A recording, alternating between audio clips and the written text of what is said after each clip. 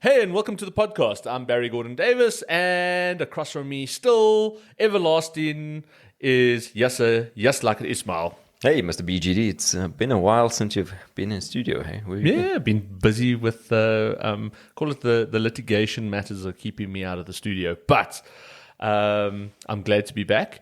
And you know what they always say about time flies when you are having fun.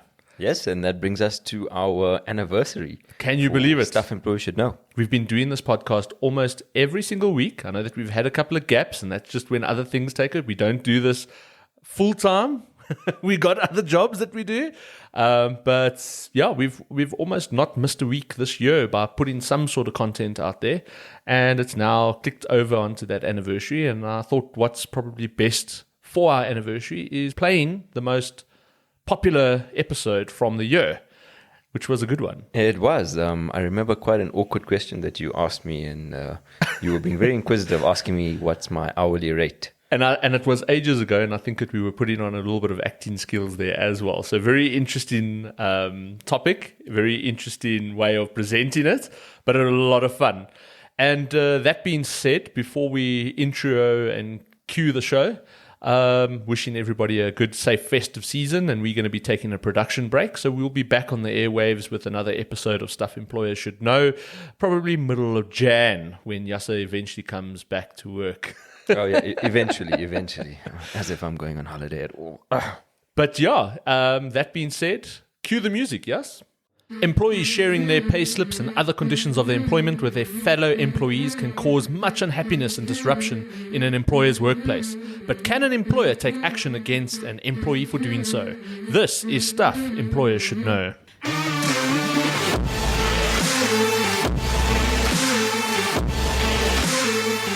Welcome to Stuff Employers Should Know, proudly brought to you by LabourNet, management's ultimate HR solution. Hey, and welcome to the podcast. I'm Barry Gordon Davis, and their sound producer and episode editor, Yasser like it Ismail. So, yes, what's your hourly rate? Tell me. So, what's your earnings from this gig?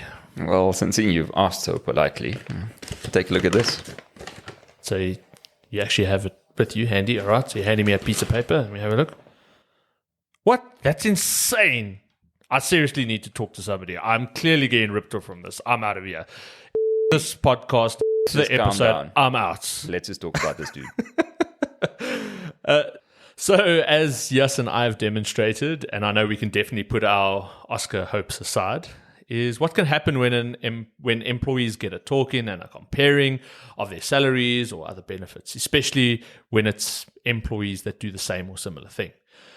This episode is another short one, but it's very relevant, as I believe that this is a situation that many employers find themselves in. And this was reiterated in an article that was written by Audrey Lowe, a senior industrial relations consultant at LabourNet, and I felt it necessary to put it out there. So this episode is largely based on that article, so giving credit to Audrey. 100%. Thanks so much, Audrey.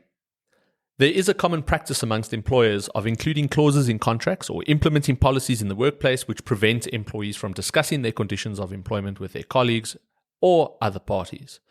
And often non-compliance is then considered to be a breach of confidentiality. Now, we understand that the rationale behind such a requirement by employers is often to prevent employees from discussing their salaries with each other, which then would ultimately prevent a possible disharmony where discrepancies in earnings exist.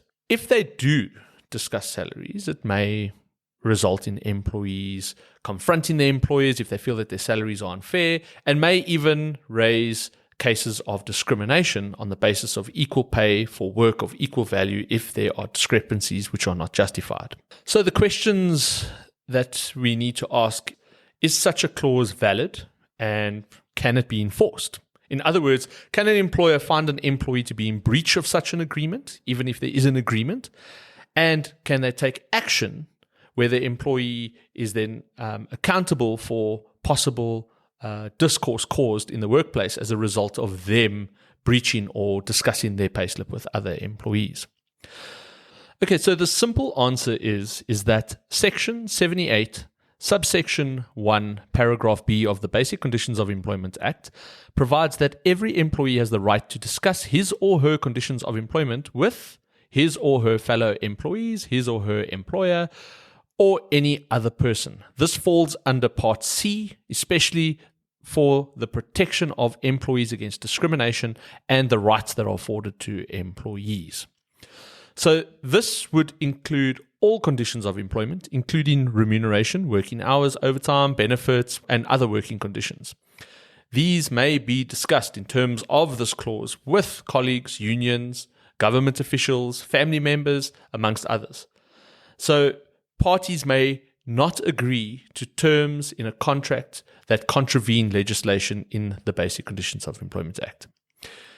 The rules or policies of the company which are contrary to the Act will not be enforceable. So as such, employers will not be able to charge employees for breach of contract, breach of confidentiality, or insubordination if they discuss their conditions of employment with somebody else, even if there is a clause in their contract or a policy expressly forbidding them to do so.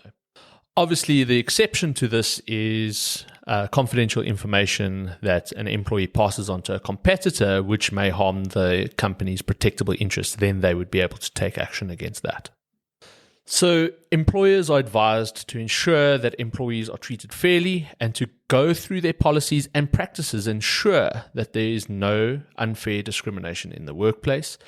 And when we talk about equal pay for work of equal value, and I know this is most likely going to be an episode on its own, differences in remuneration for employees performing the same or sufficiently similar work have to be justified. And there are many grounds, but just for example, seniority, length of service, qualifications, ability, competence, performance, and quantity and quality of work provided are many of the variable justified grounds that we will then most likely discuss in an episode focused specifically on equal pay for work of equal value. So that was a short and sweet episode of Stuff Employers Should Know. As always, get in touch on social media or drop us an email at sesk@labournet.com and let us know what topics you want us to discuss. It really helps us improve and push out quality content that you want to hear. So from myself, BGD, and Yas, till the next show, stay safe and cheers.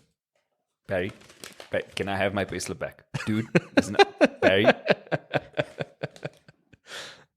Stuff Employers Should Know was proudly brought to you by LabourNet, management's ultimate HR solution. For more episodes from Stuff Employers Should Know, go to Apple Podcasts, Google Podcasts, or wherever you play your favorite shows. Case law or statutes referenced in the podcast are current at the time of recording.